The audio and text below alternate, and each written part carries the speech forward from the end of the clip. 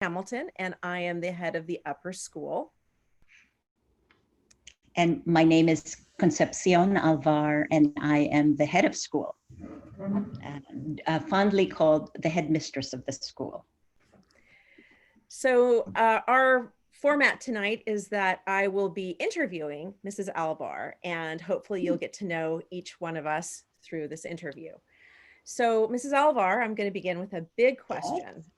Sure. You have been at Marymount for over 30 years.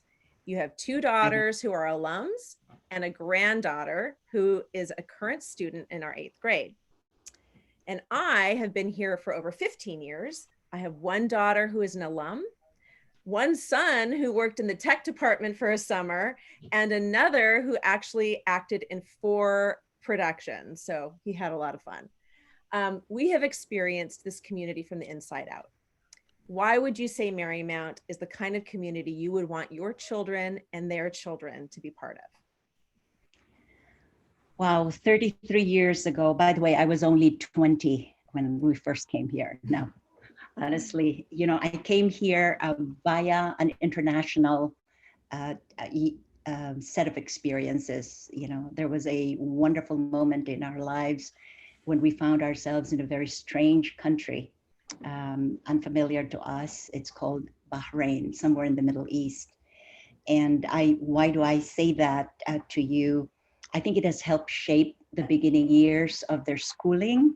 So when we came to New York, we were looking for a community that will make sure that my husband and I can entrust our 2 daughters to, knowing fully well that we did not have family here, but wanting to make sure that they are in the care of exceptional people. And when I say exceptional people, I'm talking about people who not only educate the minds of children, but educate their hearts as well.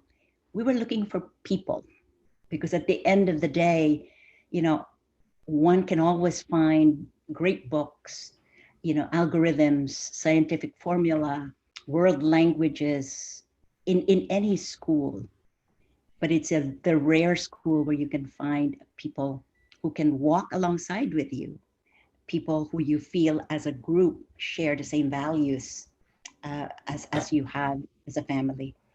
We found that at Marymount, and I keep thinking about the day when we came and visited. This was after we had gone to the other 6 girls' schools and 3 other co-ed schools in the city. Being an educator myself, and my husband is an educator, we were looking beyond what families normally look for. The books will be the same books. The curriculum will be the same curriculum. The college data will be the same. But it's the people we were watching, how the people were treating one another, how they were treating our daughters as they came in, how they were treating the people who greeted us at the door. And for us, it was very important that they be in the hands of people who can actually teach them all about what it means to respect others, what goodness is all about. We want people who can affirm our daughters, who can teach them that mistakes, you are not defined by your mistakes, but that mistakes, you will make mistakes, if you take risks, and we want our daughters to take risks.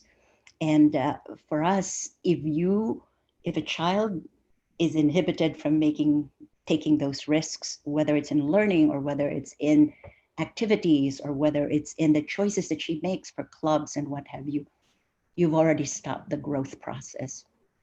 I want a place where, we were looking for a place that will keep our daughters curious, continuously curious. A place where their words will matter, where their hearts will matter. We want them to be affirmed. We want them to be disciplined. We want them to be encouraged, to be pushed, but also to be advised when it's too much for them to handle. In other words, keeping the balance. I'm sorry, am I talking over someone? The whole idea of, in today's world, I think balance is the hardest thing to find. because everybody is aiming for the straight A, and everybody is aiming for the perfect score, and everybody is aiming for the top position. At the end of the day, when one looks at the people who matter in this world, these are people who are good people who know what respect and truth and courage and faith and justice is. You know, people who do not exclude, people who invite, especially people who are so unlike you. We are a family of color, and we felt the arms of Marymount, you know, wrap itself around us when we first came here 33 years ago. That was what we were looking for, and we were not disappointed. So although my daughter, my older daughter, lives in Connecticut, you know, she brings her daughter to come to school here in the city. And, you know, to our great pleasure, you know, our granddaughter lives with us Monday to Friday. And then Friday afternoon, she gets picked up and she goes home to be with her brother and father and mom. You know, the quality of the people who are here 33 years ago is the same quality that I see now. You know, teaching these children, particularly girls, in the world that they live in, that a girl matters, that a woman's voice is important at decision making, that, you know, women deserve their place in the leadership role, where women are also respected, you know, not patronized, but respected for the many contributions that they make in the progress, the human progress. Thank you so much, Mrs. Alvar, and thank you all of you I- for coming. We only got one question in, which was exciting. So you answered all of my other questions. But for everyone who's in this room, if you could please take a look at your program and make a choice now of any of the rooms to go to here on the blue side. So go to your program and make a selection to any of the rooms that are here on the blue side. Thank you so much for joining us, and have a great rest of your evening. Thank you. Bye. Bye. Bye-bye. Bye. Goodbye. Bye-bye. I'm sorry, Sabra. No, I should it have, was I should have given you beautiful. more time. No. It was beautiful. It was beautiful. So Ms. Hemming and Ms.